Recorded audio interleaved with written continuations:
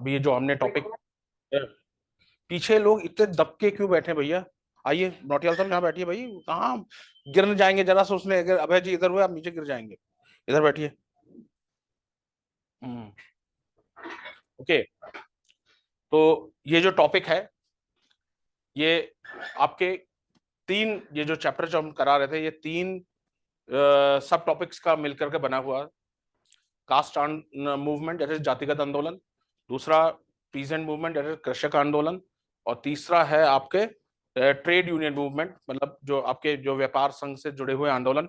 ये तीनों जो ब्रिटिश पीरियड में शुरू हुए थे, ये तीनों के तीनों का आपके इस चैप्टर में है। ओके, तो जिसमें हम कास्ट मूवमेंट खत्म कर चुके थे। ओके, उम्मीद करता हूँ कास्ट मूवमेंट जितना पढ़ाया होगा सब चीज समझ में आ गई होगी, कास्ट मूवमेंट क्या है क्या नहीं। ओके, और आज जो हम इंपॉर्टेंट शुरू करेंगे topic, that is peasant movement. Okay, अब ये जो पीजेंट मूवमेंट रही है, peasant movement in British India. Okay, peasant movement in British India को सबसे पहले हमें ये देखना होगा क्लास कि ब्रिटिशर्स के आने से पहले what were the conditions of villages and what were the conditions of peasants। अंग्रेजों के आने से पहले हम भारत के गांवों की क्या स्थिति थी, और भारत में कृषकों की क्या स्थिति थी, और उनके आने के बाद क्या चेंज हुआ, तभी तो मूवमेंट शुरू हुई। ओके, तो पहले पीजेंट मूवमेंट से पहले हमें आपको ये चीज समझना होगा, ध्यान रखिएगा। पहले आप ये मत समझिएगा कि सर आज सीधे सीधे इनुमरेशन बता देंगे कि क्या क्या है और सीधे इंडिगो रिवोल्ट पे शुरू कर देंगे। ओके, तो एनीवेज, एक इंडिगो रिवोल्ट मैंने जब चीज बोला तो एक क्वेश्चन याद आ गया। ओके, एक जगह क्वेश्चन देखा था तो हमने कहा लाओ चलो आप लोगों से पूछ लिया जाए। ओके,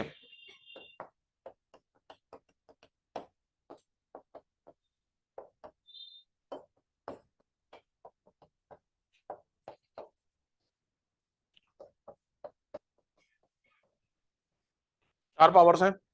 भारत में सबसे पहले इंडिगो की खेती करना किसने शुरू किया था? पोर्चुगीज। इंडिगो की खेती भारत में सबसे पहले करना किसने शुरू किया था? अब ये तो आप लोग जो पढ़ते हो उसमें है ही नहीं किताबें। यही मैं कहता हूँ, आप एक किताब, स्टूडेंट्स क्यों एग्जाम क्वालिफाई नहीं कर पाता? स्टूडेंट एक किताब मानता है, वो सोचता है इसी किताब को पढ़ लेंगे और इसी किताब से निकल जाएगा। ओके, तो सर ध्यान रखिएगा, it was the French. French, okay, जिन्होंने सबसे पहले भारत में इंडिगो की खेती करना शुरू किया था। ओके, हाँ, इंडिगो का भारत में कॉमर्शियल रूप में खेती करना शुरू कर गया था। ओके, भारत में कॉमर्शियल रूप में इंडिगो की खेती, कॉमर्शियल रूप में जो बड़े पैमाने पे। ओके, सो अब pheasant movements in British India, मतलब भारत में कृषक आंदोलन से पहले हमें यह देखना होगा what were the conditions of villages during pre British period. हमारे जो विलेजेस थे, ओके, तो वो प्री ब्रिटिश पीरियड में किस कंडीशन में थे? तो क्लास, प्री ब्रिटिश से पहले, प्री ब्रिटिश मतलब ब्रिटिशर्स के आने से पहले, या ब्रिटिशर्स जब ट्रेडर्स ही थे, ब्रिटिशर्स तब कंपनी के रूप में रूलर्स नहीं बने थे, ट्रेडर्स ही थे। तो ब्रिटिशर्स, तो हमारे जो विलेजेस थे इंडिया में, जो गांव थे, वो आपके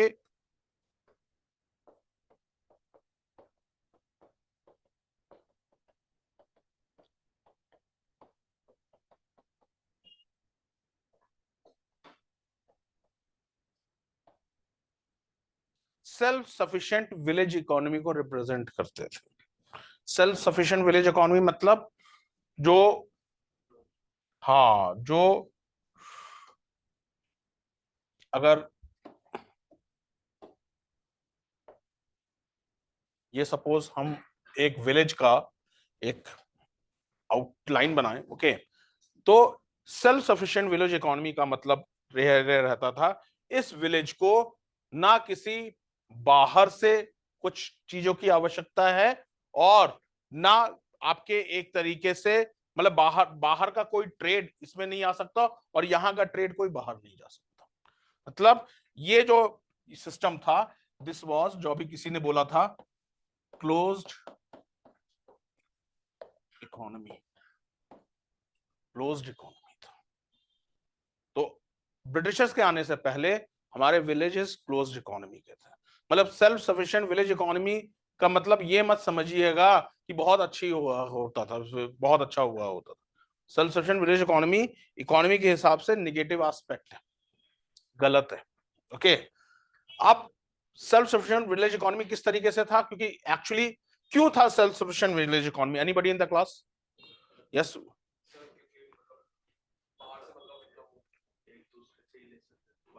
क्यों? क्यों मुगल अशरफी नहीं चलाते थे?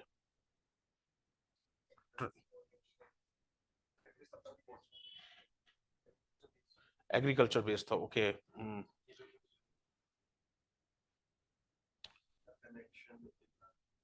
ओके, डिटेल से कहाँ पढ़ाया था? सेकंड चैप्टर में पढ़ा था, सेकंड चैप्टर में पढ़ाया था। ओके, उससे तो सेल्फ सफिशिएंट विलेज इकोनॉमी का रीजन क्या था कि जो मनी सर्कुलेशन था वो हाईली लिमिटेड था। समझिए, ये जो आप रीजन दे रहे हो ना, असर्शन और रीजन में गलत हो जाएगा। जो मुद्रा का जो सर्कुलेशन था वो बहुत ही कम था। मुद्रा का जो सर्कुलेशन होता था, मनी सर्कुलेशन होता था, वो बड़े बड़े डील्स में होता था। आप जमीन खरीद रहे हैं तो मनी सर्कुलेशन होता, तो आप सोने और चांदी में खरीदते थे लैंड। ओके, तो जब आप कोई बहुत बड़ा चीज ले तब आपको पैसे की जरूरत होती थी, छोटे चीजों में पैसे की जरूरत नहीं होती थी। जब छोटे की चीजों में पैसे की जरूरत नहीं होती थी तो लोग किस रूप में क्रय विक्रय, मतलब खरीदते बेचते थे? Barter system. मैं चावल उगा रहा हूं, मेरे को फल की जरूरत है, तो मेरे से चावल दे दो और मेरे को फल दे दो। मैं गेहूं उगा रहा हूं, मेरे को दालों की जरूरत है, तो मेरे से थोड़ा सा गेहूं ले लो और तुम बदले में हमें दाल दे दो। ओके, तो ये सिस्टम आपके विलेज इकोनॉमी में था। विलेज इकोनॉमी का जो सिस्टम था इसे कहा गया क्लास क्लोज्ड इकोनॉमी। ओके, मतलब सपोज अब विलेज में कई तरह के लोग होंगे। ओके, विलेज का सपोज फिजिशियन, फिजिशियन मतलब बोले तो वैद्य। ओके, तो अगर किसान का परिवार बीमार पड़ता था तो किसान वैद्य को उसके बदले में अनाज देता था और वैद्य उसे अपनी सर्विसेज दे देता था। इसी तरीके से वीवर, बुनकर जिसे कहा जाता है, ओके, उसे अनाज, किसान उसे अनाज देता था, वीवर बदले में उसके कपड़ा दे देता था। तो मतलब टोटली देयर वाज आपके एक तरीके से डिपेंडेंसी ऑन ईच अदर। इसको बाहर से कोई लेना देना नहीं था, और यही कारण था कि जो आपके 17th सेंचुरी या 18th सेंचुरी के विलेज थे वो एक रिडंडेंट और बैकवर्ड लुकिंग विलेजेस थे। उनको मतलब भी नहीं था कि who were ruling eight Delhi, Delhi में कौन रूल कर रहा है। उन्हें मालूम उनकी जिंदगी नहीं बदलने वाली, वो जैसे हैं वो वैसे ही रहेंगे। समझ पा रहे हो ना, वो जैसे हैं वैसे ही रहेंगे। उन्हें मालूम दिल्ली में लोधी रूल करें, मुगल रूल करें या कोई भी रूल करे, देवर, उन्हें मालूम था वो कंडीशन उनकी वैसे ही रहेगी। यहां तक समझ में आ गया क्लास? तो जो होल इकोनॉमी वाज मतलब मिडिवल इकोनॉमी, एक मध्य युगीन अर्थव्यवस्था थी। और यही अर्थव्यवस्था आपके say about late ancient period से चल रही थी। लेट एंशिएंट पीरियड मतलब हर, जब आपके ब्रिटिश गुप्ता पीरियड में आपके लैंड ग्रांट्स शुरू हुए, लैंड ग्रांट्स ही तो self sufficient village economy mostly बनी। जो भूमि जो दिया गया गुप्ता पीरियड में, उसी से ये सेल्फ सफिशिएंट लैंड ग्रांट्स बड़े बड़े प्रीस्ट और जमींदारों और आपके सेनापतियों को दे दिया, अधिकारियों को दे दिया। उन्होंने एक तरीके से उस विलेज को अपना ही एक सूबा बना लिया, और वो सेल्फ सफिशिएंट विलेज में। एंट्री होती है अंग्रेजों की, ब्रिटिशर्स की। ओके, अब जब ब्रिटिश आते हैं तो आपके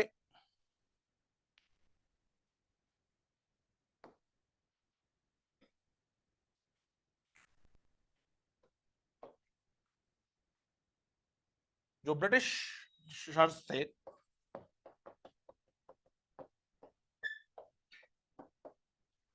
उनको अपना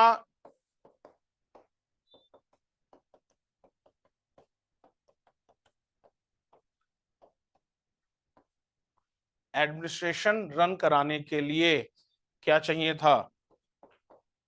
रेवेन्यू। उनको अपना एडमिनिस्ट्रेशन रन कराने के लिए राजस्व चाहिए था। और राजस्व कहां से मिलता? क्योंकि भारत में उस समय इंडस्ट्रीज तो थी नहीं, किससे मिलता? एग्रीकल्चर से मिलता, खेती से मिलता है राजस्व। ओके, तो ब्रिटिशर्स ने क्या किया, इस सेल्फ सफिशिएंट विलेज को, इसकी सेल्फ सब्सिडी हटा ली, बल्कि इसमें क्या, इसको क्या किया, विलेज को आपके रोड और आपके रेलवे से कनेक्ट कर दिया और इनके ऊपर एक हैवी रेवेन्यू सिस्टम लगा दिया। ये ब्रिटिशर्स ने ही ये सेल्फ सफिशिएंसी ऑफ विलेज खत्म की थी। ब्रिटिशर्स ने ही सेल्फ सफिशिएंसी ऑफ विलेज खत्म की थी। अगर ब्रिटिश नहीं आते तो ये self sufficiency of village system continue रहती। समझ में आया क्लास? ओके, तो ब्रिटिशर्स ने रेलवेज और रोड से अब जब रेवेन्यू लगाया, ब्रिटिशर्स मोस्टली रेवेन्यू आपके या तो वो कैश में कलेक्ट करते थे और थोड़ा बहुत काइंड में कलेक्ट करते थे। और अगर रेवेन्यू नहीं दे पाओगे तो जमीन से हाथ धो बैठोगे। जमींदार रेवेन्यू नहीं पाएंगे तो जमींदार की जमीन चली गई। रैयतवाड़ी एरिया में अगर रैयत नहीं दे पाए रेवेन्यू, ओके, तो रैयत की जमीन चली गई। तो भैया किसान को किसी ना किसी तरीके से पैसे का इंतजाम करना ही होता था। फिर जो काइंड में होता था वो रेलवे और रोड से तुरंत पोर्ट्स की ओर निकल जाता था और यहां से वो लंदन जाता था, मैनचेस्टर, लैंडशायर, और वहां पे आपके मैन्युफैक्चर्ड गुड्स, फिनिश गुड्स में बदलता था। समझ में आया क्लास? ओके, और जो कैश होता था वो सीधे ब्रिटिश का। तो सेल्फ सफिशिएंसी ब्रेक हुई और जो इंडियन विलेजेस थे वो अब ब्रिटिशर्स के आने से इंडियन जो विलेजेस थे वो आपके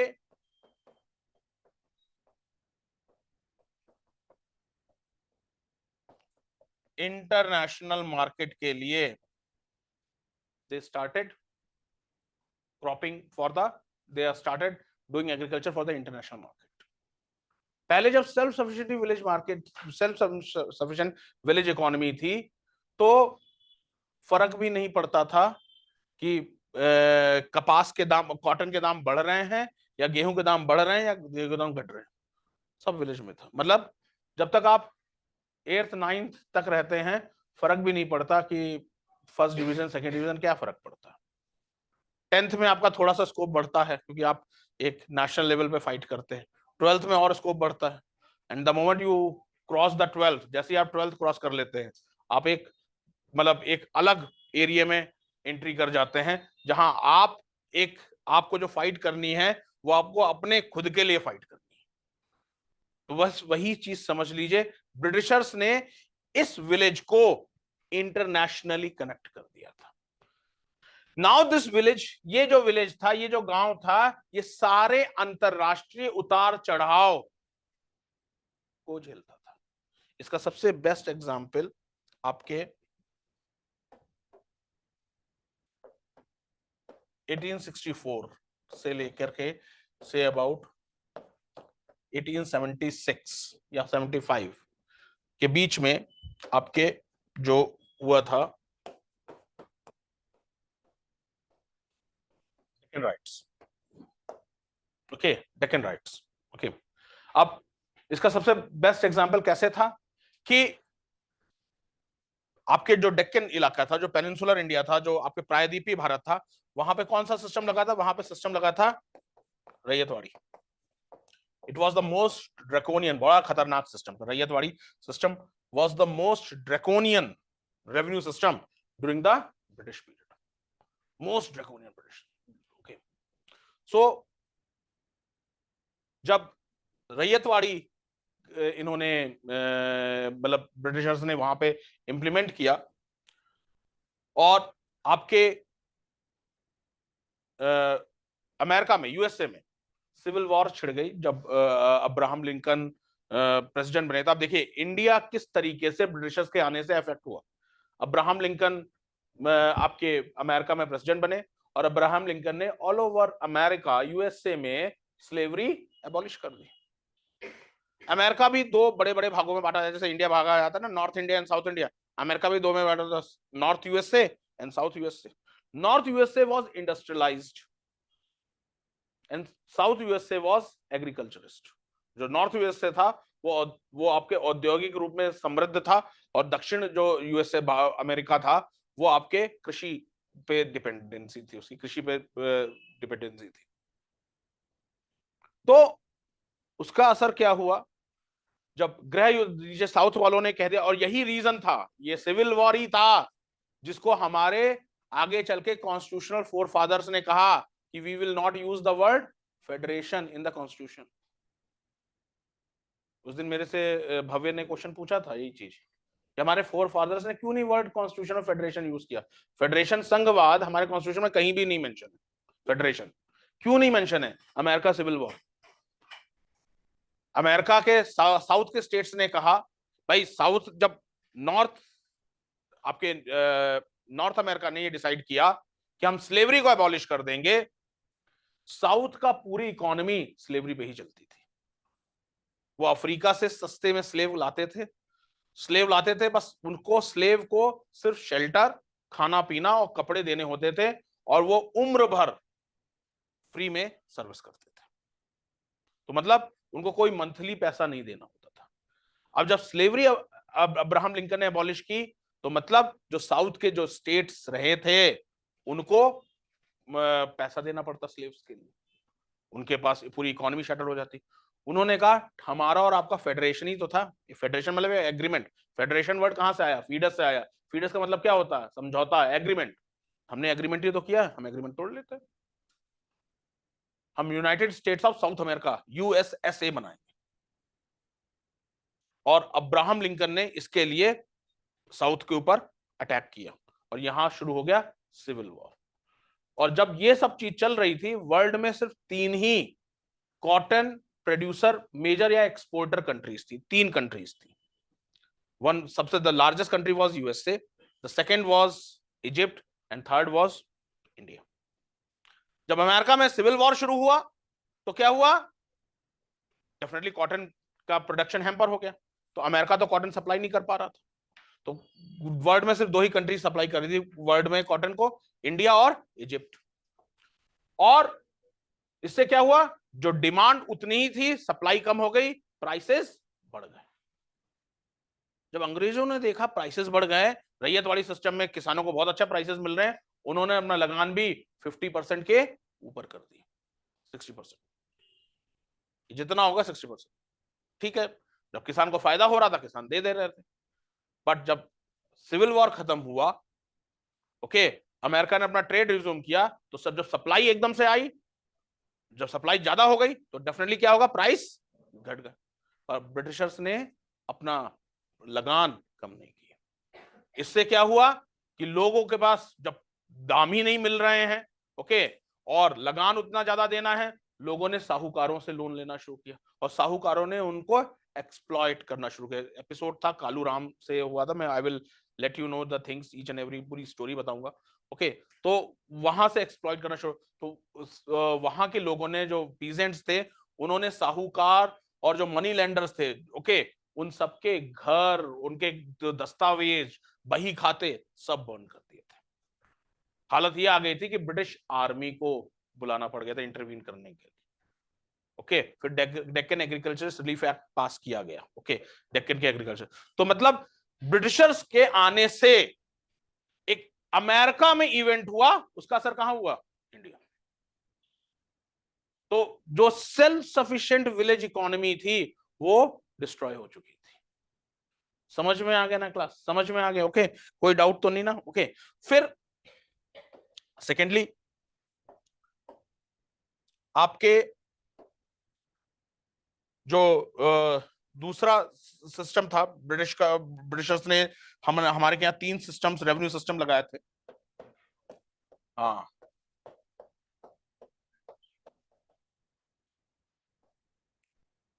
who is known as father of Mahalwari? Martin bird. Okay, जो रेवेन्यू सिस्टम थे वो 3 तरह के थे। ओके, पहला जो आपके था आपके परमानेंट सेटलमेंट,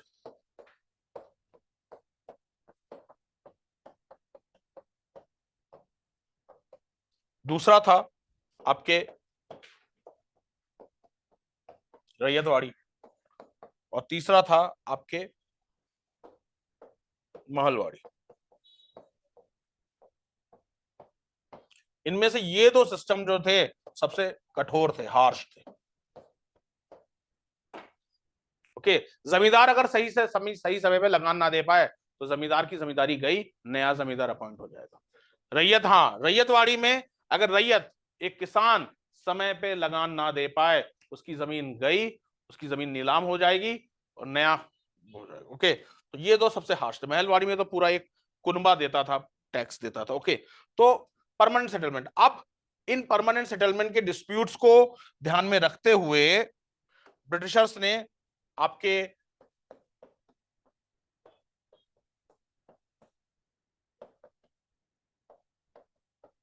नया आर्थिक प्रणाली, नई न्यायिक प्रणाली, अब किसानों के लिए ये दोनों चीज एकदम से नई थी। किसान पहले होता था कि हमारे गांव में जो विवाद होता था वो पंचायत सुलझा लिया करती थी। अब किसान से कहा गया कि अगर तुम्हारी जमीन किसी ने हड़पी है तो यू कि आपको बड़े जिले जाना पड़ेगा, और वहां पे कोर्ट है, कोर्ट में एक व्यक्ति होंगे जो काला कोट पहनते होंगे, वो आपकी तरफ से मुकदमा लड़ेंगे। ये मैं बात कर रहा हूं मतलब 1850 1860 की, 1850 और 1860 की, ठीक है। और जब आपको मैं याद दिला दूं जिससे आपको बहुत अच्छी तरह समझ में आ जाएगा, जब 1947 में भारत आजाद हुआ था 1947 में, तो हमारी लिटरेसी रेट 7%। तो 1850 में लिटरेसी रेट सोच सकते हो कितना होगा।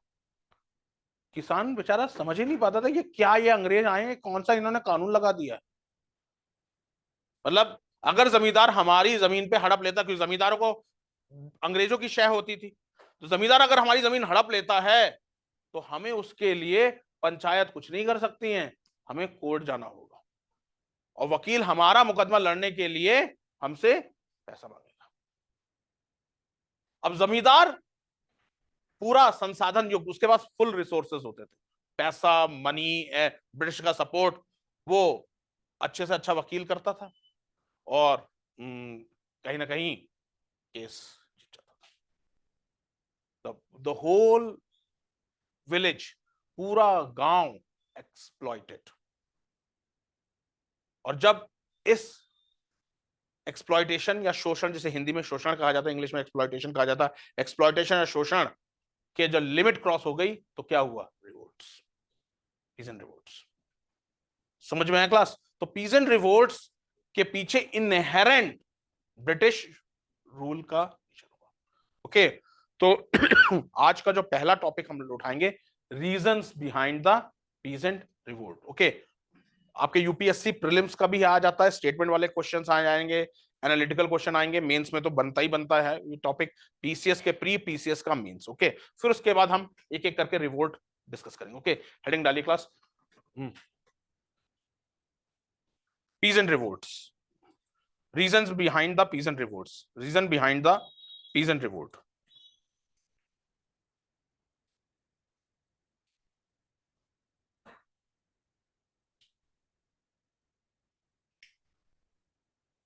The Britishers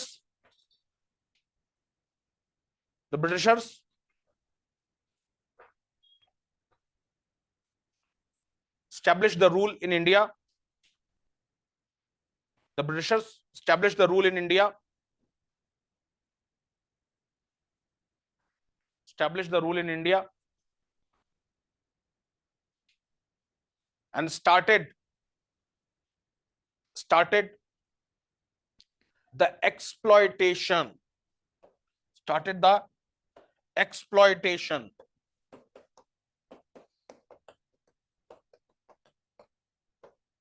exploitation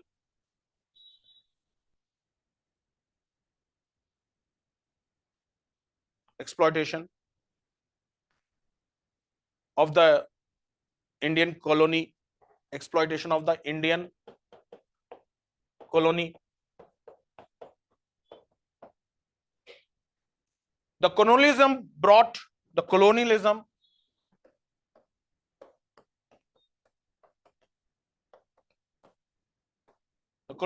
brought about momentous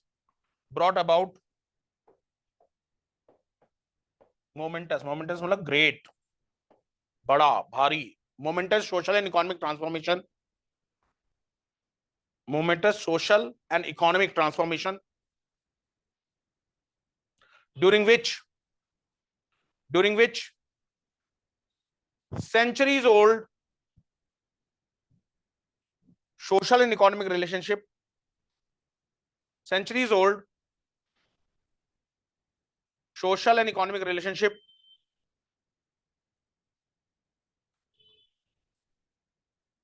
and institution were dissolved,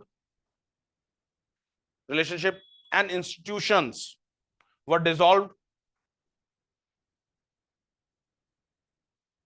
and replaced by new relationship and institution and replaced by new relationship and institution.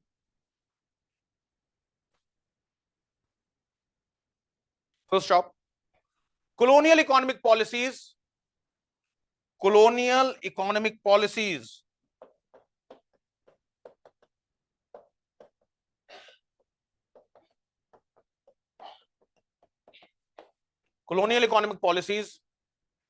comma the new land revenue system, नया राजस्व वसूली,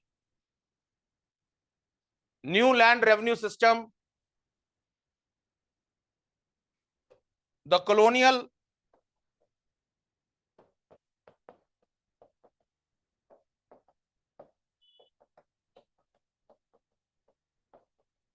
administrative and judicial system, the colonial administrative and judicial system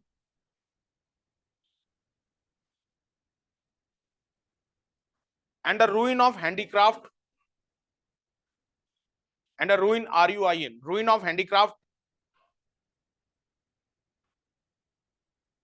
leading to overcrowding of land, ruin of handicraft leading to overcrowding of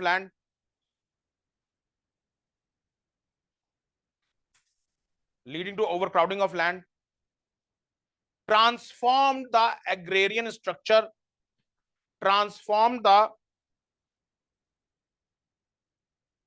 agrarian structure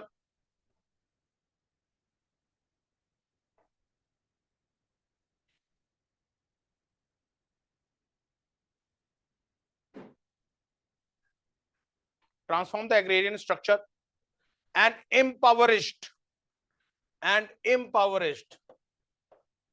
गरीबी में ढकेलना, impoverished the peasantry and impoverished the peasantry. तो पहला reason समझ गए ना, Britishers के नए कानून, भले ही वो भूमि कानून था, सुधार नहीं, भूमि कानून था, आपके नया न्याय कानून, नया आर्थिक कानून और नया प्रशासनिक कानून किसका सहारा किसको सपोर्ट करता था? जमींदार को। और किसान तो उसमें फिट बैठता ही नहीं था, किसान के पास तो कुछ नॉलेज ही नहीं थी। किसान जो किसान होता था वो सिर्फ उसका शोषण होता था, सिर्फ एक्सप्लॉइटेशन होता था। ओके, लिख लीजिए, in the vast zamindari areas, permanent settlement वाला, in the vast zamindari areas the peasants were left to the peasants were left to the mercy of zamindar, to the mercy of zamindar, mercy of zamindar who who rack rented them. Rack rented का मतलब होता है exploit करना। Who rack rented them. आपका नाम अनुज है ना बेटा? अनुज, अनुज और एक और कोई यहाँ है जो लेफ्ट हैंड से लिखता है? क्योंकि मैंने देखा लेफ्ट हैंडर्स को बहुत दिक्कत हो रही है। मेरे पास एक और रिक्वेस्ट आई थी, एक हमारे के स्टूडेंट और आया था आयुष, उसने भी कहा था सर लेफ्ट हैंड की चेयर मंगवा दे। तो मतलब एक आप हो एक आयुष है, दो। ठीक है, आप लोगों को मैंने क्योंकि मेरे पास ऑलरेडी ये रिक्वेस्ट आ चुकी है मैनेजमेंट से, वो उनके आगे रिक्वेस्ट आ गया कि सर लेफ्ट हैंड वालों के लिए बड़ी दिक्कत है, क्योंकि उनको, और वो क्योंकि हमारी क्लासेस इतनी लंबी चल रही थी तो उसको बेचारे को बैक में प्रॉब्लम आ गई। ओके, कंटिन्यूस वो ट्विस्ट होकर के लिख रहा था। तो कोशिश करेंगे विद इन अ वीक आप लोग, अगर आप मतलब रेगुलर क्लास में आते हैं तो you will have at least your chair जो लेफ्ट से लिखते हैं। Okay, I know it's very difficult for left handers to use this chair. Okay, देखिए who rack rented them and compel them to pay illegal dues and compel them to pay illegal dues and compel them to pay illegal dues। अब याद करो मैंने जमींदार वाले में क्या बताया था। जमींदार को जो जमींदारी परमानेंट सेटलमेंट था क्लास, जो परमानेंट सेटलमेंट था,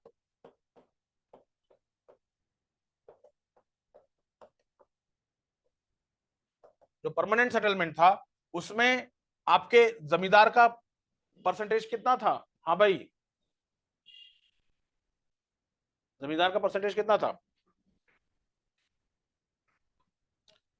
1/11। ओके, और आपके 10/11 ईस्ट इंडिया कंपनी का। वेरी गुड, एक्सीलेंट, चलिए कम से कम याद तो है। ओके, परमानेंट सेटलमेंट में 10/11 आपके ईस्ट इंडिया कंपनी या ब्रिटिशर का था, और 1/11 आपके सिर्फ जमींदार का हिस्सा था। अब जमींदार 1/11 में कैसे उसका घर चलता था? तो वो एक्स्ट्रा टैक्स वसूलता था। एक्स्ट्रा टैक्स कैसे? कि तुम हमारा वेल यूज कर रहे हो, इस पे भी टैक्स दोगे। तुम्हारा जो घर है मेरे लैंड के ऊपर है, तुम इस पे भी टैक्स दोगे। तुम हमारे पेड़ की छांव यूज कर रहे हो, यस सर, अगर आपको आश्चर्य होगा, इस पे भी टैक्स दोगे। तुम्हारे भेड़ बकरियां गायें हमारे पैस्चर्स, हमारा जो घास चर रही हैं, तो इस पे भी टैक्स दोगे। ओके, हर तरीके से वसूलते थे जमींदार। तो rack rented them, who rack rented them कैसे? Who rack rented like this. अब क्योंकि अंग्रेजों के आने से इंडस्ट्रीज खत्म हो गई, इंडस्ट्रीज खत्म हो गई, तो जो शहर थे, ढाका आका जैसे शहर थे बच्चे, वो वहां से जो लेबर्स थे वो गांव में आ गए, क्योंकि वहां तो कोई काम नहीं मिल रहा, वो गांव में आ गए। अब जब वो गांव में आ गए तो लेबर्स की बहुतायत हो गई, देवर मेजोरिटी ऑफ द लेबर्स। तो अगर कुछ लेबर रेजिस्ट करते जमींदार से, जमींदार कहता था आउट, हम नहीं रख लेंगे। समझ में आया? अब जैसे आप दो तीन शहर देखें, जैसे उसमें देहरादून भी है, देहरादून हो गया, चंडीगढ़ हो गया। ओके, ये जो, और आपके दिल्ली के कुछ पॉश इलाके साउथ ऑफ दिल्ली हो गए, यहाँ पे क्या हो जाता है ना, यहाँ पे आप देखोगे लेबर कॉस्ट बहुत ज्यादा है। देहरादून में भी लेबर कॉस्ट बहुत ज्यादा है। अभी भी गो टू यूपी और बिहार, वहां अगर घर में कोई आपकी बिजली खराब हो और आप अगर इलेक्ट्रिशियन को बुलाओ और वो कहेगा सर हम विजिट के 500 रुपए चार्ज लेंगे, तो वहां तो वो दे विल गिव यू, वहां पर ऐसे दबंग होते हैं, दे विल स्लैप एंड 500 रुपए विजिट चार्ज होते हैं क्या? क्योंकि वहां पे लेबर्स की ज्यादा है, और आपके यहाँ पे देहरादून, यहाँ पे लेबर्स कम है, तो इसलिए यहाँ लेबर कॉस्ट ज्यादा है। तो वही चीज था, अंग्रेजों ने जब अनएम्प्लॉयमेंट किया, अनएम्प्लॉयमेंट से वहां के जो खाली आदमी थे वो गांव में आए। अब उनके पास कुछ करने को नहीं था तो खेती ही करते थे। जमींदार के पास ऑप्शन था कि तुम्हें करना है करो, नहीं तो तुम जमीन से हटो, हम दूसरे लेबर को रख लेंगे। अब पेट तो किसी ने सबको भरना था, जमींदार की बात मान लेते थे। तो क्लास जबरदस्त एक्सप्लॉयटेशन था, जबरदस्त एक्सप्लॉयटेशन, हम और आप सोच भी नहीं सकते। जमींदार हर तरीके से एक्सप्लॉयटेशन करता था। तो that's why I have dictated who rack rented them in many ways. Clear है? रैक रेंटेड इसलिए मैंने एक्सप्लेन किया किस तरीके से, क्योंकि बीच में काफी सारे नए स्टूडेंट्स आए हैं। तनीषा ये सब, भले आप मेरे को ये आपको एक्सेस दे रखा है, आप पुराने लेक्चर्स में देख सकते हो, but I am not sure कि आपने वो वीडियो देखा होगा नहीं होगा, इसलिए मैंने बताया। तो जमींदार 1/11 से कैसे गुजारा कर सकता था? वो और टैक्सेस लगाता था। चराई, जैसे अलाउद्दीन खलजी ये समय में चराई घराई होता था, पर एक तरह से वही था चराई घराई, मतलब जो पैस्चर्स चल रहे हैं cattle, extra tax, well use कर रहे हो एक्स्ट्रा टैक्स, इवन देन पेड़ की छांव का टैक्स, कि तुम काम करते वक्त मेरे पेड़ के छांव के नीचे आराम करते हो, इस पर भी टैक्स दीजिए। पीजेंट्स के पास कोई ऑप्शन ही नहीं था। तो this was the scenario over there, why peasant revolted. जब एक लिमिट क्रॉस हो जाती है तो डेफिनेटली रिवोल्ट ही शुरू होता है। समझ में आया क्लास? ओके, लिख लीजिए। Rack rented them and compel them to pay illegal dues and perform begar and perform begar full stop in rayatwadi areas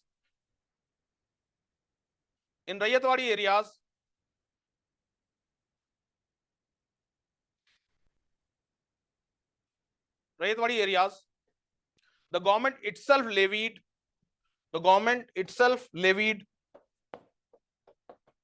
मतलब गवर्नमेंट ने खुद लगाया, government itself levied the heavy land revenue. This forced the peasant to borrow money from the money lenders.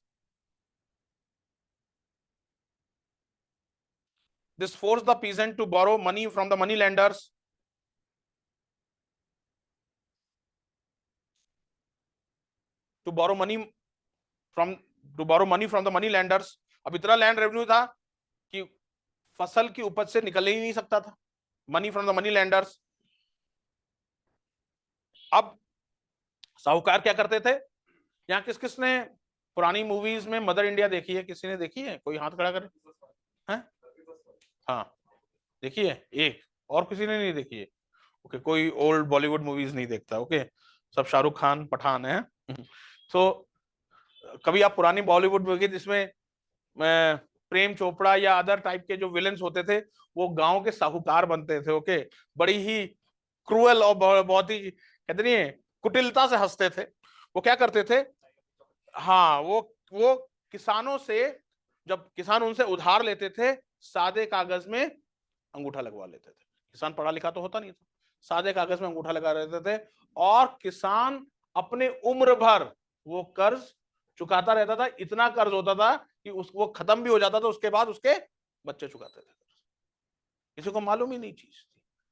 Okay, तो वही चीज, अब इतना ज्यादा लैंड रेवेन्यू था कि किसान, और वो लैंड रेवेन्यू समझना क्लास, जो खास तौर से जैसे अंजलि, तनीषा और जो बीच में जो लोग जुड़े हुए हैं, इतना ज्यादा लैंड रेवेन्यू, वो लैंड रेवेन्यू एक दिन के अंदर देना है। अगर उस दिन तुमने नहीं पैसा दिया तो जमीन से हाथ खो दोगे, जमीन से हाथ खो दोगे रैयतवाड़ी सिस्टम में।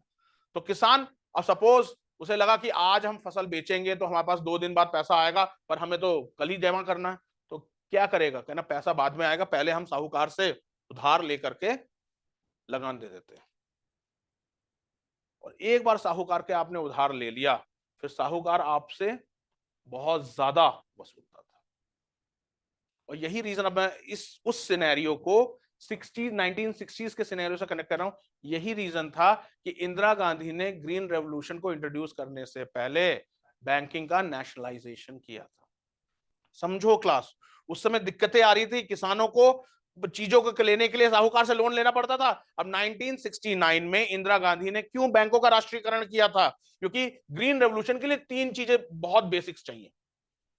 हाई यील्डिंग वैरायटी सीड, मतलब उच्च गुणवत्ता वाले बीज, फिर फर्टिलाइजर्स, ओके, फिर इरिगेशन, और वीडीसाइड, इंसेक्टिसाइड, जो जो खरपतवार नाशक होते हैं। अब खरपतवार नाशक क्यों चाहिए? क्योंकि जब आप किसी जमीन पे लगातार पानी डालोगे उसमें फर्टिलाइजर दोगे तो क्रॉप के साथ बाकी खरपतवार तो निकलेगी, वो भी उस फर्टिलाइजर को खाएगी, तो उसको हटाने के लिए वीडीसाइड चाहिए, इंसेक्टिसाइड और वीडीसाइड चाहिए। और इंसेक्टिसाइड क्यों चाहिए? क्योंकि जो ग्रीन रेवोल्यूशन के जो बीज होते थे वो आपके बहुत कमजोर बीज होते थे, वो उतने सॉलिड बीज नहीं होते थे, मतलब वो प्लांट बहुत ही कमजोर प्लांट हो, वीक प्लांट होता था, तो उसको कीड़े लगने का ज्यादा डर होता था, इसलिए इंसेक्टिसाइड्स चाहिए थे। अब इंसेक्टिसाइड भी खरीदना है, पेस्टिसाइड्स भी खरीदना है, वीडीसाइड भी खरीदना है, फर्टिलाइजर भी खरीदना है, हाई यील्डिंग वैरायटी सीड्स भी खरीदने हैं, पैसा कहां से आएगा? तो इंदिरा गांधी ने कहा बैंकों से गांव में जाकर के शाखाएं खोलिए। ये सब इकोनॉमी में पढ़ाऊंगा। बैंक, क्योंकि उस समय सिर्फ एसबीआई बैंक ही आपके सरकारी बैंक था, बाकी सब प्राइवेट बैंक थे। बैंकों ने कहा कि हमारा प्रॉफिट तो शहर शहर में, ऊपर से किसान को लोन देना मतलब अपने पैर पे कुल्हाड़ी मारना। यहाँ तो अब आज ही भारत में करीब करीब मोटा मोटी 47% लैंड इरिगेटेड है, आजादी के 75 ईयर्स बाद। 47 to 48%, मतलब 50% क्रॉस नहीं हुआ भारत में लैंड, इरिगेटेड लैंड। तो मतलब भारत का अभी भी 53% लैंड क्या है? रेन फेड, बारिश के ऊपर डिपेंड है।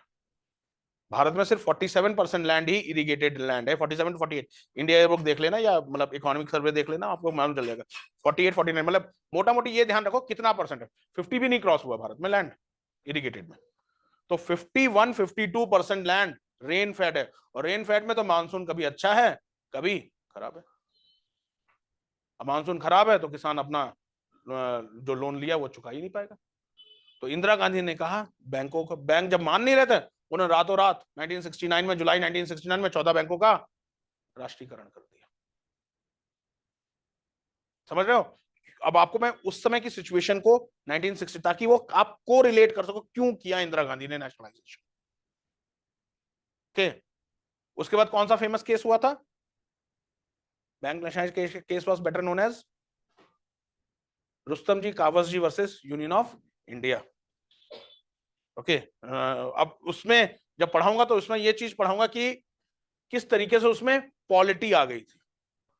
आर एस कावस जी ने, उसने कहते नेशनलाइजेशन, सुप्रीम कोर्ट ने कहा नेशनलाइजेशन ही गलत है, नेशनलाइजेशन गलत। अब नेशनलाइजेशन गलत है तो इंदिरा गांधी ने सुप्रीम कोर्ट को क्रॉस करने के लिए 24th और 25th अमेंडमेंट लेकर के आए।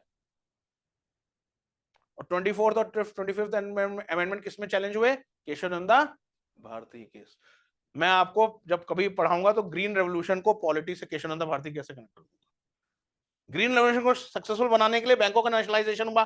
बैंकों का नेशनलाइजेशन के अगेंस्ट कौन सा केस आया? Rustam ji Cavas ji versus union of India.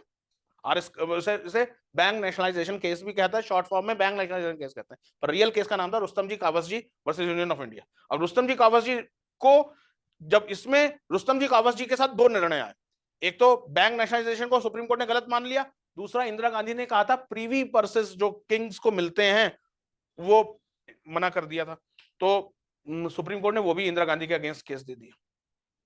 Indira Gandhi को लगा कि जुडिशरी मेरे अगेंस्ट जा रही है, वो 24th और 25th कॉन्स्टिट्यूशनल अमेंडमेंट लेके आया, जिसमें कहा जुडिशियल रिव्यू जो पार्लियामेंट पास करेगी उसका जुडिशियल रिव्यू हो ही नहीं सकता।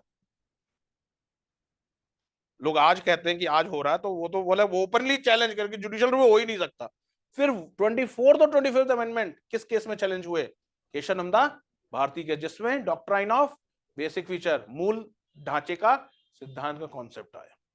तो क्लास अगर इस तरीके से माइंड मैप करके चलोगे ना, सब दिमाग में रहेगा कि ग्रीन रेवोल्यूशन को सक्सेसफुल बनाने के लिए नेशनलाइजेशन हुआ, नेशनलाइजेशन का फिर आरएस कूपर कावस, रुस्तम कावस जी, आरएस कावस जी का केस हुआ, और फिर उसके बाद इस तरीके से केस हुआ। ओके, तो जो रैयतवाड़ी सिस्टम में था, रैयतवाड़ी में सबसे ज्यादा एक्सप्लॉइटेशन साहूकार लेता था, ब्रिटिशर्स तो पीछे रहते थे। मतलब एक क्वेश्चन बनता है कि डेक्कन राइट्स में ब्रिटिशर्स के अगेंस्ट क्यों नहीं राइट्स हुए, साहूकार से क्यों राइट्स हुए?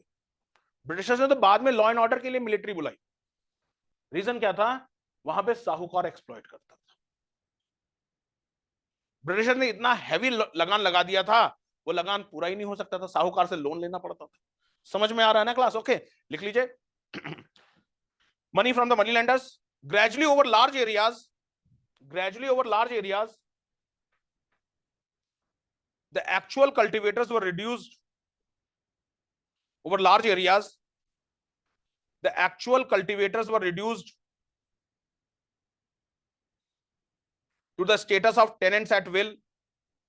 The actual cultivators were reduced to the status of tenants, to the status of tenants at will. Tenants at will. Sharecroppers and landless laborers. Sharecroppers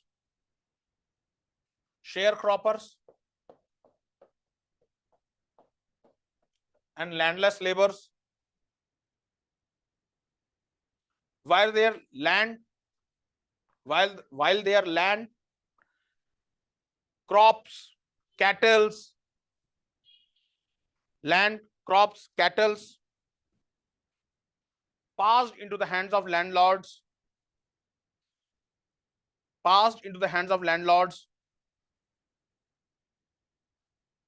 and money lenders.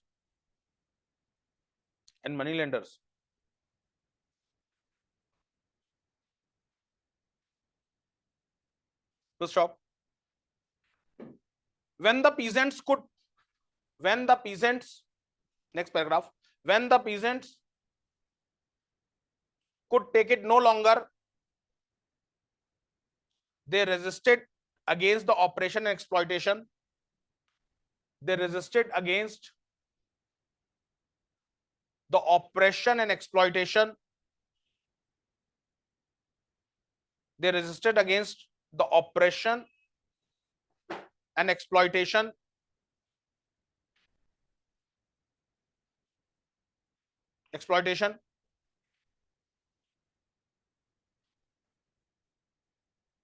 And they found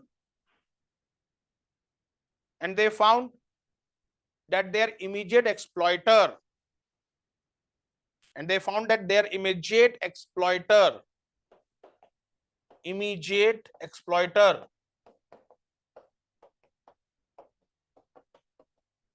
were the money lender or landlord.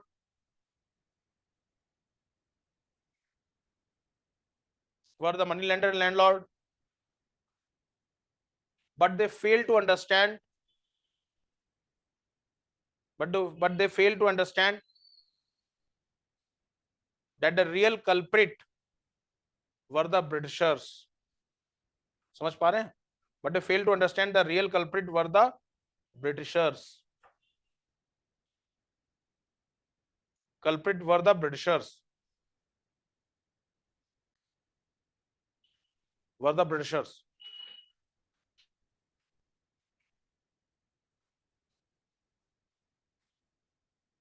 This was the feature of peasants movement.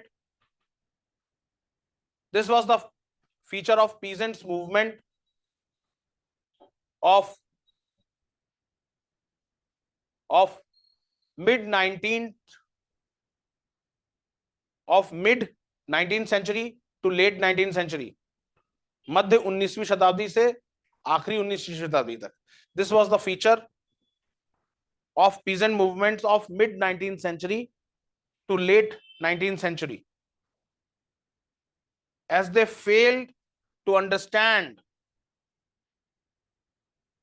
the real face of colonialism.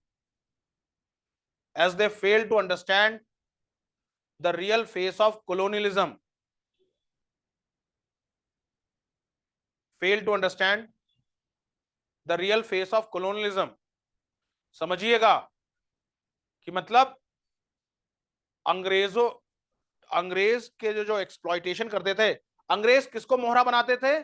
जमींदारों को या साहूकारों को. Okay, किसान पे कौन अत्याचार करता था? साहूकार और जमींदार. तो जो किसान होते थे, पीजेंट्स होते थे, वो किसको विलन मानते थे? साहूकार और जमींदार को. पर वो ये नहीं समझ पा रहे थे कि इसके पीछे कौन है. इसके पीछे अंग्रेज है. इसका सबसे बेस्ट एग्जांपल हम देखते हैं क्लास पाबना रिवोल्ट. बंगाल में, ईस्ट बंगाल में रिवोल्ट हुआ था. ओके, पाबना रिवोल्ट में कृषक नारा लगाते हैं कि we are the ryots of queen, we are not the ryots of zamindar. वो खुद नारा लगाते कि हम क्वीन के रैयत है, तो हमें अंग्रेजों से प्रोटेक्शन की उम्मीद है, वी आर नॉट द। पर वो ये समझ नहीं पाए कि जो तुम्हारी इतनी बुरी कंडीशन हो रही है उसके पीछे कौन है, ब्रिटिशर्स। समझ में आया क्लास, क्लियर है? ओके, समझ में आ रहा है? तो this is what the difference between the 19th century revolt and the मतलब जैसे रिवोल्ट में एक मेजर, जस्ट मिनट गाइस, एक मेजर होता है कि 1920 या 1918 जब चंपारण, तो 1920 या 1918 से पहले के और 1920 या 18 से बाद, क्योंकि 1918 या 18 तक जब चंपारण हुआ, 17-18 के बाद जब चंपारण हुआ, तब किसानों में ऐसी जागरूकता लाई गई कि भैया जो जमींदार तुम पे जो अत्याचार कर रहा है, साहूकार जो अत्याचार कर रहा है, जो तुमसे सूदखोर अत्याचार कर रहा है, जो मनी लेंडर अत्याचार कर रहा है, उसके पीछे रियल कारण है अंग्रेज। तो पीजेंट मूवमेंट्स को हम दो में डिवाइड करते हैं, मतलब चंपारण से पहले और चंपारण के बाद। चंपारण से पहले जितने मूवमेंट रहे हैं वो मोस्टली क्लास वो लोकलाइज मूवमेंट रहे हैं, लोकलाइज मूवमेंट। अब जैसे चंपारण हुआ, चंपारण का इफेक्ट क्या हुआ, नेशनल लेवल पे हुआ। खेड़ा हुआ, खेड़ा का इफेक्ट क्या हुआ, नेशनल लेवल पे हुआ। बारदोली हुआ, नेशनल लेवल पे इफेक्ट हुआ। और पाबना, पाबना एक लोकलाइज मूवमेंट रहा। समझ पा रहे हो? पाबना एक क्षेत्रीय मूवमेंट था। इंडिगो एक क्षेत्रीय मूवमेंट था। मेरे ख्याल से समझ पा रहे हो क्षेत्रीय मूवमेंट क्या था? क्योंकि उनके कुछ शिकायतें थी जिससे ब्रिटिशर्स ने थोड़ा बहुत छोटा मोटा कानून बना करके दूर कर दिया और वो सेटिस्फाइड हो गया। पर वो ये नहीं समझ पाए कि जो तो तुम्हारी जो गलत कंडीशन हो रही है इसके पीछे ये अंग्रेजी। तो इसका रीजन हम लोग क्या निकालेंगे कि they don't have the better understanding of colonialism. उन्हें उपनिवेशवाद की समझ ही नहीं थी कि ब्रिटिशर्स, ये जो जमींदार और साहूकार हैं, ये ब्रिटिशर्स के प्यादे हैं, यही आपको एक्सप्लॉइटेशन कर रहा है। ब्रिटिशर्स तो पर्दे के पीछे एक्सप्लॉइट कर रहे हैं। समझ में आ रहा है क्लास? तो अगर peasant movement of early 19th century आ गया या मिड 19th सेंचुरी आ गया तो उसके कैरेक्टरिस्टिक्स अलग होंगे। द पीजेंट मूवमेंट ऑफ आपके अर्ली 20th सेंचुरी है, 20th सेंचुरी वाली खेड़ा एंड बारदोली एंड चंपारण, तो उसके फीचर्स अलग होंगे। समझ में आ गया क्लास? क्लियर है? यहाँ पे सारे पॉइंट समझ में आ रहे हैं? ओके। आज आश्चर्य है कि आज ऑनलाइन स्टूडेंट्स बड़े कम मौजूद हैं। ओके, लिखिए क्लास, लिखिए।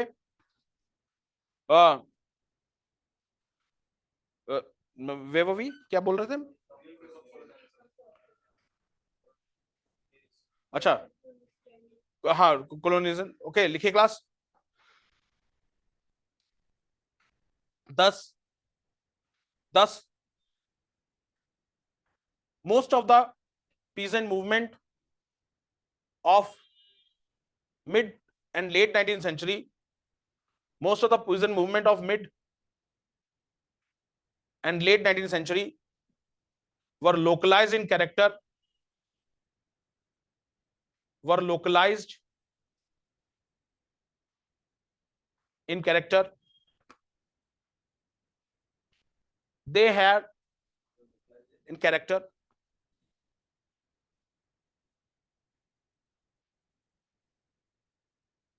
Their effect was limited to certain areas. हाँ, full stop. Their effect was limited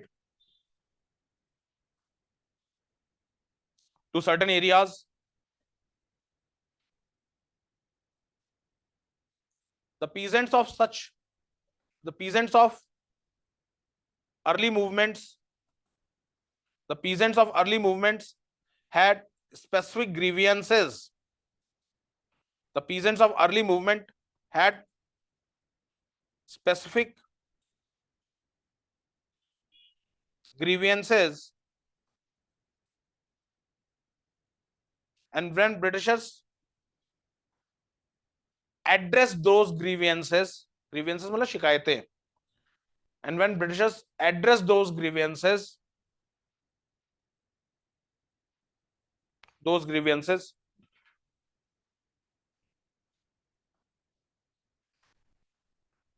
Grievances.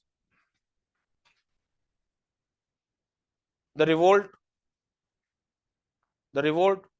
or movement, the revolt or movement,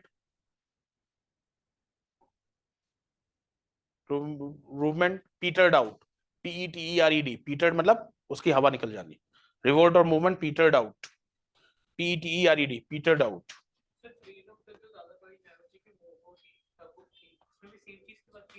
दादा भाई नरोजी का तो वो तो ड्रेन ऑफ वेल्थ की, यहां से ब्रिटिशर्स किस तरीके से पैसा निकाल ले जा रहे हैं। जैसे फॉर एग्जांपल सिंपल बात है, आप, मैंने आपको अभी इकोनॉमी में ये सब चीज पढ़ाऊंगा, आप यहाँ जाते हैं, मतलब देहरादून का जो फेमस है वो बन टिक्की है, बिरयानी देहरादून बन टिक्की है, bun tikki is one of the icon of Dehradun. I can, बढ़िया नहीं मिली, आप द्वारका नहीं लिखा, द्वारका, ओके चलो ठीक है, ओके एग्री, ओके मैं हिस्ट्री क्लास में ये नहीं डिस्कस करूंगा कि कहाँ की बन टिक्की बढ़िया है, ओके। बट हाँ, बट हाँ, मतलब सपोज आप द्वारका स्टोर से वो बन टिक्की खाते हैं, ओके, तो जो आप उसको पैसा देते हैं तो पैसा इंडिया में ही सर्कुलेट करता है। बट आप मैकडोनल्ड्स में बर्गर खाते हैं तो भले ही आपने 75 रुपीज खर्च किया, 75 में से 25 यूएसए निकल गया। ये कौन से इन्वेस्टमेंट का एग्जांपल है? FII, FDI, FDI, very good, foreign direct investment, विदेशी प्रत्यक्ष निवेश का एफडीआई। ओके, दादा भाई नरोजी ने यही कहा था कि ब्रिटिशर्स अपने लोगों को इतना हैवी सैलरी दे रहे हैं, army officers, ICS officers, even petty officers को इतना हैवी सैलरी दे रहे हैं, वो सैलरी कहां से जा रही है? इंडियन रेवेन्यू से जा रही है। ओके, ये इससे तो रेवेन्यू एडमिनिस्ट्रेशन चल रहा है ब्रिटिश का पूरा एडमिनिस्ट्रेशन। और फिर इंडिया ही ब्रिटेन की वॉर को सपोर्ट कर, बहुत रीजन के, अकेला ये तो पहला रीजन, इंडिया ब्रिटेन को वॉर सपोर्ट कर रहा था। हाँ, वो इंडिया के ही मनी से ही चलेंगे, ओके, समझ गए? इंडिया ब्रिटेन को वॉर सपोर्ट, फिर ब्रिटिशर्स ने एक कहा, इसे इन्वेस्टमेंट कहा गया, क्योंकि आपने क्वेश्चन पढ़ा तो मैं आंसर इसका दे दूंगा। जब 1857 का रिवोल्ट, 1853 में डलहौजी के समय से रेलवे हुआ, अब railway is a mega project. अब जैसे बुलेट ट्रेन सुनने में आया 26 तक, 25-26 तक रन होने लग जाएगी, मतलब अगले गुजरात के स्टेट इलेक्शन से पहले मेरे ख्याल से रन करवा देंगे, ओके। तो 25-26 तक रन हो जाएगी। तो आप क्या समझते हो, जो बुलेट ट्रेन है उसे प्रॉफिट में आने में कितने साल लगेंगे आपके हिसाब से? 10, कम 3-4 साल सर, कम से कम 40 से 45 साल।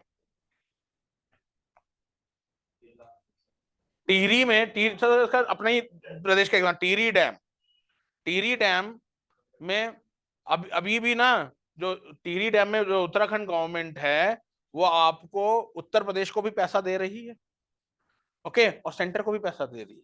सेंटर मतलब, कहने का मतलब ये है, बिजली का जो सबसे मेजर शेयर है कौन ले जाता है? सेंटर। उसके बाद कौन शेयर ले जाता है? यूपी। यूपी कहता है मेरा पैसा लगा हुआ है, पहले मेरा पैसा वसूल कर दो, फिर अपना बिजली अपने पास रखना, ओके। तो अभी तो टिहरी डैम, और 2006 में टिहरी डैम ऑपरेशन में आ गया था, और आज 2 साल बाद 26 लगेगा, 20 साल हो जाएगा सर, टिहरी डैम अभी भी प्रॉफिट में नहीं। अब अंग्रेजों ने क्या किया, 1853 से जब यहाँ भारत में रेलवे लगाने शुरू किया, अब रेलवे के लिए चाहिए बहुत हैवी पैसा, तो इन्होंने गारंटी ऑफ प्रॉफिट वाला सिस्टम, गारंटी सिस्टम गया, ब्रिटिशर्स के बड़े बड़े लोगों से कहा तुम इंडिया में इन्वेस्ट करो, और इंडिया में इन्वेस्ट करने के बाद हम तुम्हें 5 साल के अंदर ही प्रॉफिट दे देंगे, मतलब लाइक अ सेविंग स्कीम, 5 साल के अंदर ही प्रॉफिट दे देंगे, ओके। हाँ, तो 5 साल के में प्रॉफिट देंगे, और वो प्रॉफिट कहां से जा रहा था? इंडियन रेवेन्यूज से, इंडियन रेवेन्यूज से। अब यही अगर ब्रिटिशर्स इंडिया से, इंडियन से पैसा लेते तो इंडियन का पैसा इंडिया में रहता, ओके। तो यहां ब्रिटिशर्स ने इंग्लैंड का पैसा लिया, और उसके बदले में जो हैवी इंटरेस्ट के साथ जो पैसा गया, यही तो ड्रेन ऑफ वेल्थ था, धन का बहिर्गमन। तो बहुत सारे रीजन, धन का बहिर्गमन एक में नहीं था, वॉर फाइनेंसेस का धन का बहिर्गमन था, देन आपके सैलरीज एंड पेंशंस में धन का ड्रेन ऑफ वेल्थ था, देन आपके दिस इन्वेस्टमेंट गारंटी प्रॉफिट में आपके रेवेन्यू सिस्टम का वो अब ड्रेन ऑफ वेल्थ था, बहुत सारे ड्रेन ऑफ वेल्थ था, but this was a part, small part. समझ में आया क्लास? क्लियर है गाइस? ओके। तो यहाँ पे क्लास इन जनरल 1920 के उसके रिवोल्ट का लिख लीजिए क्लास, लिख लीजिए next paragraph, next paragraph.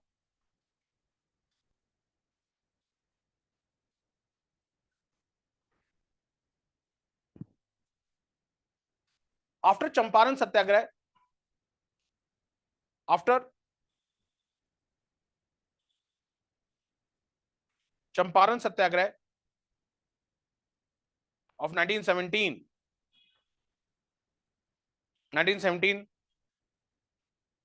there was a new there was a new force there was a new force in the peasant movements there was a new force in the peasant movements all across the country, all across the country, and most of the peasant movements of early 20th century and most of the peasant movement of early 20th century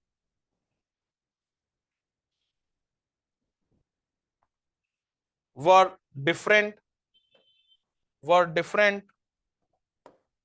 from their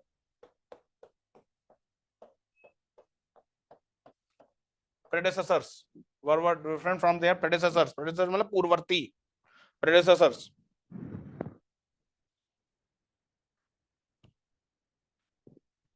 By 1917 to 1920, by 1917 to 1920, the nationalist leaders made aware the masses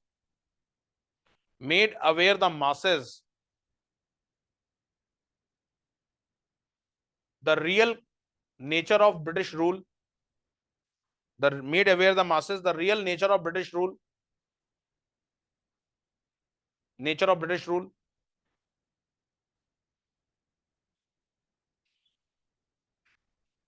the peasants were told that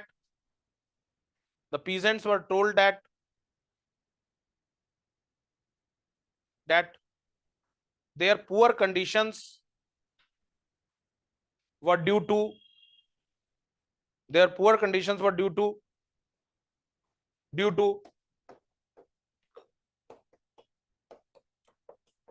exploitative and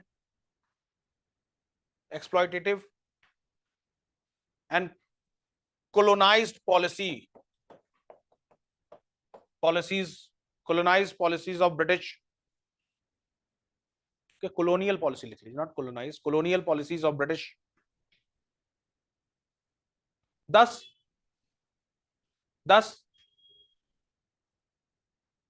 the peasant movements after 1920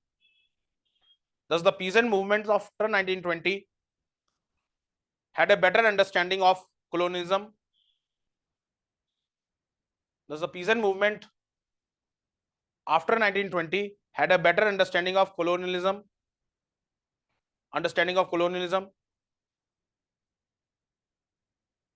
So they raised their voice firmly against British.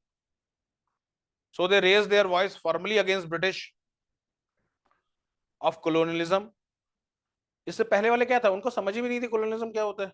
वो जान रहे थे कि जमींदार उनका शोषण कर रहा है, और जमींदार के पीछे कौन ताकत कर रही है वो नहीं जानते थे। हाँ, पपेट, हाँ, जमींदार को मान लिया, जो पपेट था, जमींदार और साहूकार तो पपेट थे, कठपुतली थे। तो वो ये चाह रहे थे कि ये मेरा शोषण कर रहा है जमींदार, पर वो नहीं चाह रहे थे कि ब्रिटिश, वो नहीं जान पा रहे थे कि ब्रिटिश इसके पीछे।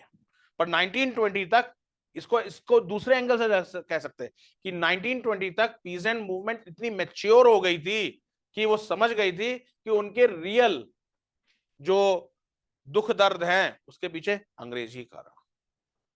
तो ध्यान रखना, एक क्वेश्चन बनेगा, what is the difference between the early peasant movement and the late peasant movement. मतलब दूसरा क्वेश्चन इसका दूसरी तरीके से बनता है कि 1920 से चंपारण से पहले किसान आंदोलन किस तरीके से थे और चंपारण के बाद किसान आंदोलन में क्या बदलाव आया।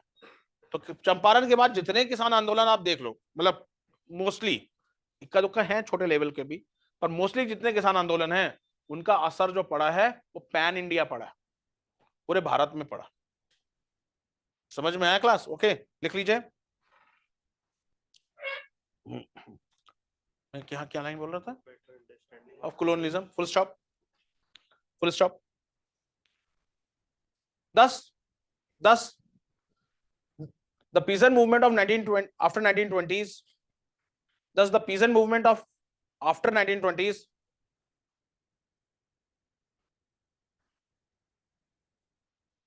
affected the larger areas,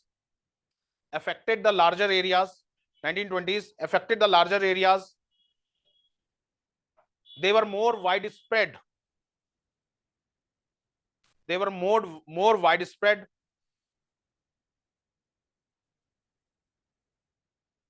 widespread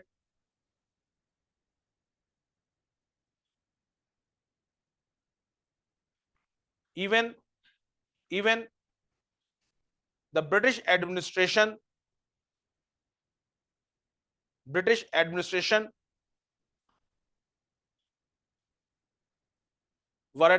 were at back foot, British administration was at back foot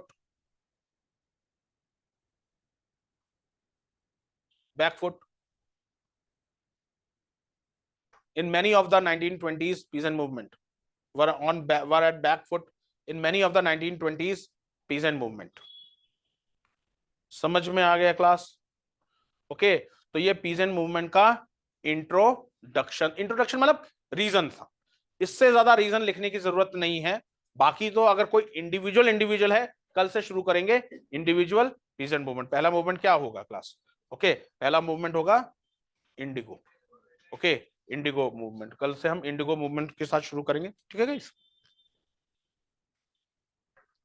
तो आज के लेक्चर से कोई क्वेश्चन तो नहीं है मेरे से?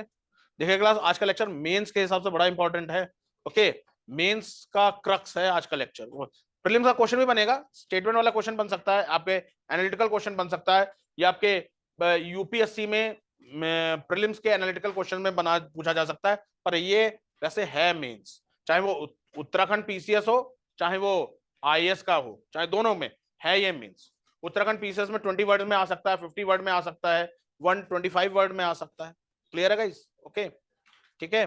तो with in 5 minutes I am starting with the Indian polity. Okay, जिसमें आज हम नेशनल इमरजेंसी, हम कोशिश करेंगे इन 3 दिन के अंदर ये इमरजेंसी चैप्टर फिनिश कर दें। Okay, so that from next week we can start with the elections. Okay, ये लोग के इलेक्शंस आने ही वाले हैं, हम भी इलेक्शंस देखेंगे, इलेक्शंस क्या हो। ठीक है guys, thank you, thanks lot, thank you.